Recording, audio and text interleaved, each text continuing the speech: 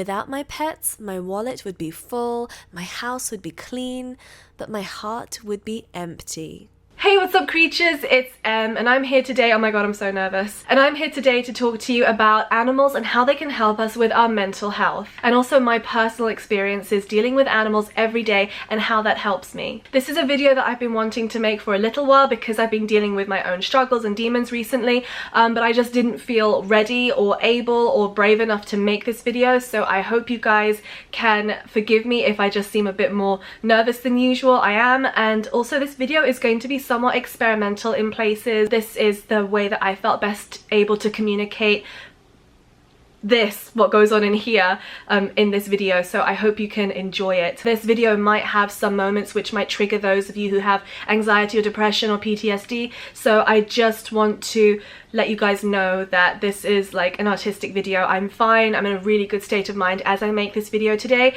and at any point where it seems otherwise, it's because of artistic expression. So that's why everything in this video is very planned and I'm okay, just so you know, I'm fine. If you haven't already, remember to hit that subscribe button down below, become part of the creature crew, and also hit that notification bell down in the corner there so you don't miss a single upload. So first of all, here is something that I wanted to share with you. This is my artistic representation of how things can go wrong in my life and how animals bring me back from that place.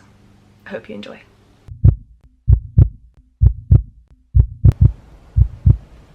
Hey, what's up creatures? It's Em.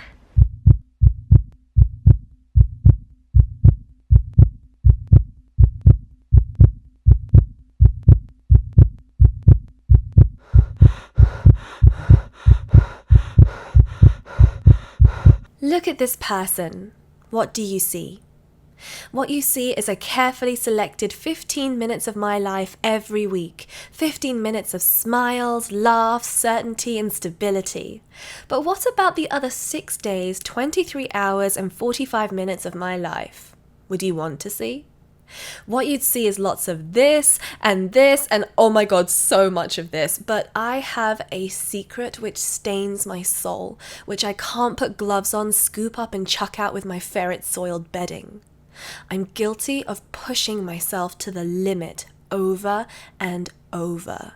I push myself, and I push myself further to the point where even in my dreams I am rendering my videos, but what I really want to do is edit out the permanent commentary in my mind reminding me to do everything right now. I cross the line of exhaustion and I crack. This is where the darkness sets in. This is the part where I lose sleep, where my world shifts from the beautiful, the positive, and the proactive to the numbers, the clout, the expectation, the nasty words, the drama, and the doubt. And it seeps into my skin and my bloodstream like venom. Nasty thoughts that become nasty words, and they incubate there, eating away at me like maggots on my soul, silently multiplying until I'm weak enough that they erupt from me like an infestation of all the negativity I try and keep inside me. And I try to stop it. I try to squash it, but it is too strong. What do you do when your brain is a literal cell and you can't escape it yourself? Does this even make sense? How can it? How can it when there's no word, poem, painting, or song to even describe half of how noisy my head becomes until I vomit up the broken pieces of my shattered mind and burn everything and everyone around me until the earth is scorched and all that is left is ashes? In these times, it would be easy to hide, to spend all day huddled in my bed, to think of nothing while I throw myself a pity party. But that can't happen because the doves need seed. The ferrets need their breakfast, and Grinchy needs his worms. My animals keep me in the present because their needs are ever present. There are good days and there are bad days, and I have people I know will always be there for me with a kind word and an open heart. But if I'm alone when the noise sets in, I have these guys. That was my little artistic insertion into this video, and I hope you enjoyed it. I've been in a really good state of mind recently because I've been speaking to the right people about how to help me when I allow all these things to build up inside my head. And at this point, I want to thank BetterHelp, not just for helping me, but also for supporting my channel in my desire to produce better and positive content, because they are so generously sponsoring this video. Recently was probably the worst episode I had, where I allowed myself to completely lose all sense of me, and my usual ability to ground myself was just gone, and I can't go back. I can't change that, and it killed me because I didn't know how to help myself. Something that I heard recently was a lot of people recommending BetterHelp. I have been daily, actually twice daily, talking to someone who has just been wonderful, helping me from BetterHelp. Without BetterHelp, this video would not be happening, and reaching people and sharing my story would not be happening because I would not have the strength to make this video. It's BetterHelp and speaking to my counselor on BetterHelp which has been giving me the courage to actually speak out and be like, you know what, yes, my life is yours to read and interpret every single time I turn on the camera and edit a video, but it doesn't mean that I have to worry about being less than perfect. At this point now, I feel more able to defend myself from the monsters that like hide under my bed, and I'm able to sweep the skeletons out of my closet and bury them through talking through my problems, and I feel more able to silence all the voices inside my head that tell me I'm not good enough, that I'm not pretty enough, that I'm not successful enough. And I'm able to take all of this and just be so much stronger, because at any point that I need that little bit of extra support, when I don't understand why I think certain thoughts and why I don't understand why it bothers me and plagues me, I have someone I know is a trained professional to talk to me and to help me understand from an external person's point of view why I think these. BetterHelp has a massive variety of professionally trained therapists, so whether you are having marital problems, problems with anxiety, depression, how you relate to others, then BetterHelp will have somebody who can talk to you in your own time. When you sign up for BetterHelp, they send you a little questionnaire and you can decide what kinds of topics you want to talk about, where you need help, if you want to speak to a woman, if you want to speak to a man, and they will match you with someone who is professional and qualified to deal with exactly what you want to talk about and what you need help with. BetterHelp is super affordable. It's only $65 a week, as opposed to traditional therapy where you have to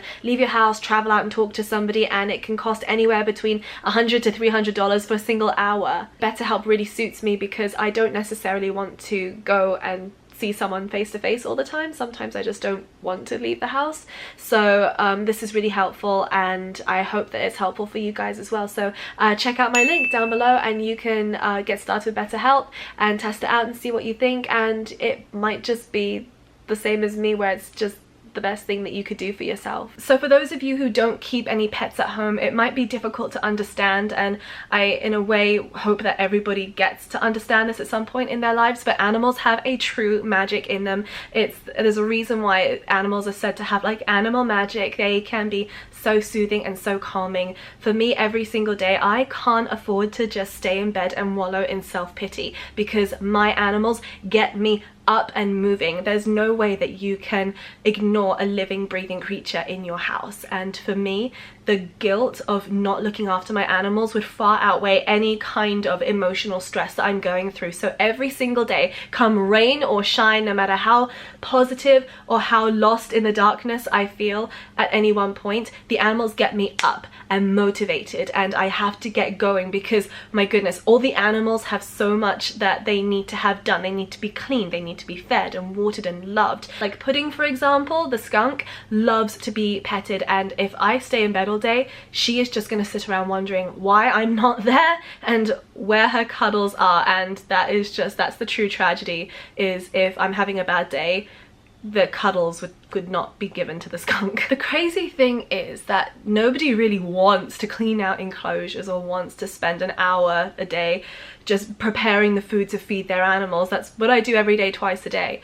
But the thing is, after I make that push and I get up and I'm on my feet and I'm like, Em, brush your darn teeth, brush your hair, put a little bit of makeup on your face and get dressed, then I feel so much better, because you can spend 3 hours mooching around in bed feeling sorry for yourself, but the second that you're up and you've got that purpose, that you're looking after a creature, that you're helping that creature to have a full and enjoyable life, you're giving them great food, you're giving them interaction, they give you back tenfold, 100-fold the positivity that you've been giving them. And it's just the most wonderful thing when your animals are happy to see you. For me, I think the animals which help me the most, and they all help me, but the ones that help me the most are definitely Grinchy. Grinchy, my red-billed hornbill, the one that I rescued about 9-10 months ago now. My goodness, the time has flown. He is such a special bird because he is so sentient, he is so present and in the moment at every time, and he has to have like very gentle interaction, and if I'm in a bad state of mind, it projects onto him and he's a lot more flappy, a lot more exasperated. And so when I go towards Grinchy's enclosure, and he's always the first stop for me in the mornings out in like the porch area, I have to like take a breath and really check myself where my head is, because the second I open the door, Grinchy can tell. Grinchy can tell. The ferrets, they're probably the best when it comes to enjoyable playtime. They are so clownish and they make me forget my problems because Niffler has problems of his own.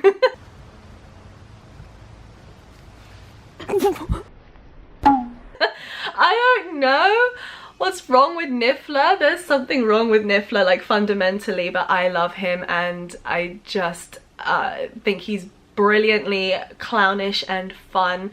And then there's Dobby, who I just spend my entire life, like all my exercise is chasing Dobby to make her stop stealing stuff. Dobby, no! You're so— get out of Danny's plants! No! Oh. Get out of Danny's plants! No! No! Oh. Dobby, no! Number one, that's great exercise, and number two, laughter is the best medicine, and my ferrets make me laugh so much. The snakes are fantastic in the evenings when they're awake. I like to just fish them out and just let them run through my hands. They've got this really comforting weight, they've got this comforting movement, they're slow. Okay, they're not all slow, but for the most part they are slow, and I know that I can just sit there reading my emails whilst playing with my snakes, and they are so gentle, they don't make any noise, any sound, they are very comforting, and there's just something very like still about them, and that evokes a sense of calm and stillness inside me as well. Then at the other end of the scale there's the kookaburra. Baba Cook, who does not like me. If you guys were on Danny's Instagram live stream a couple of days ago, you will see that he, Baba Cook that is, likes to fly at me and bite me and call at me, and I have to be on my game with the kookaburra, because if I'm not, if he detects any sign of weakness, like my eyeballs are coming out. That's not even an exaggeration. Kookaburras are just these kinds of birds where they will take an immediate dislike to you if they don't like you, even if you've raised them, and plenty of zookeepers have to wear hard helmets in their enclosures in the aviaries because they will like peck your brains out.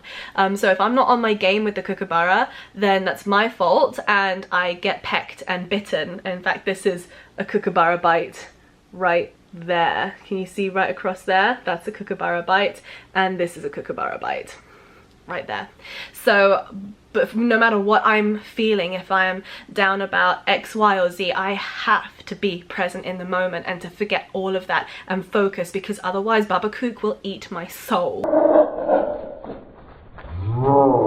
And you know, it's not just animals at home that help us. There are animals which are employed to help us. So animals and pets can help us at home, but it doesn't stop there. Therapy animals are often taken into hospitals to visit the sick and to help boost the morale of patients. The Woodbridge Public Library has a reading confidence program where children who are learning how to read can sit and read out loud to a certified therapy dog. This encourages children to read aloud, free from the fear of being judged on an error or a mistake. There are even prisons which match inmates to rescue dogs for training. The inmates earn a small salary in exchange for teaching the dogs obedience, and even going so far as to train them as working dogs for the police force and the detection squads. Many prisoners speak of how working with rescue dogs has given them a new outlook on life. I'm locked up, now she's locked up, but at the same time it's like a growing for both of us, because she's in a position to where she can get the love and training she needs to go to a family, and I'm in a position to where I can learn some responsibility. And it's not just mentally that animals help us. A Swedish study published in the Journal of Scientific Reports found that in particular dog ownership is associated with a reduced risk of cardiovascular disease. The same study also showed that for people living alone, dogs can decrease your risk of death by up to 33%. Dogs also cut the risk of cardiovascular related death by 36% compared to the people who live alone which don't have a pet. So they're helping our bodies as well as our minds. But why is this? There are a few factors such as encouraging exercise. Some pets need to be walked and exercised, so physical activity is generally higher in dog owners, which can help to maintain a good level of health. Studies have shown that pet owners have a lower reactivity to stress and faster recovery of blood pressure following stressful events. This could be due to the calming effect of gently interacting with animals such as feeding and petting. And don't just take my word for it. These are the words of some people who I personally know and how animals have affected their lives. I was diagnosed with autism at 24 months of age. Even though I looked normal, a lot of kids realized that I was different, and I was really, really bullied. I've always understood animals way more than I've understood people. I decided that I wanted to work with animals for the rest of my life. I am, as far as I know, the first openly autistic veterinary student. I honestly don't think that I'd be where I am right now if it wasn't for being able to work with all sorts of animals. I bought my first snake when I was diagnosed with depression about 2.5 years ago. It was a corn snake. Ever since then, my collection grew, and I've now got 33 reptiles, amphibians, invertebrates. They help me every single day. They give me a reason to get out of bed in the morning to look after them. They give me a reason to go to work, to earn money, to feed and keep them. Without them, I don't think I would have got through one of the worst times of my life. I'm still here and I'm still looking after my animals. I have anxiety and humans overwhelm me. Animals never ask questions, they never rush me, they don't have any expectations, and without working with them every day, I don't know if I could face the world. My bearded dragons helped me a great deal, from just coming home and they're just being there for you. It seems they can tell when you're down and give you a little bit of love. I think they're one of the great underestimated pets at affection, and really can help with anxiety and depression. And it should be something that they should do more research into, not only furry animals, but the scaly ones too. Working with snakes helped me build confidence that I didn't have before. And working with reptiles in general and keeping them made a very big difference in my anxiety and my depression. I have literally stayed alive for these animals. My pets give me the structure of a day when my anxiety gets the best of me, so my pets give me purpose. Changing my job to animal care was the best thing I've ever done in my life. I actually jump out of bed in the morning so that I can go see my charges. If you don't have a pet of your own and you don't feel able to have a pet of your own for whatever reason it is, be it time constraints or because you don't feel strong enough to look after another living creature, then Go outside, sit outside, put up a bird feeder, watch the animals come to you, look at the wildlife around you, and you will be amazed just how calming simply being in nature can be. I want to know your thoughts and your stories. Do you have a story where an animal has helped to give you a sense of calm? Have they helped you medically, emotionally? I want to know. Leave a comment down below and share your experience with the world. Thank you guys so much for watching. I will see you in another video soon. Bye!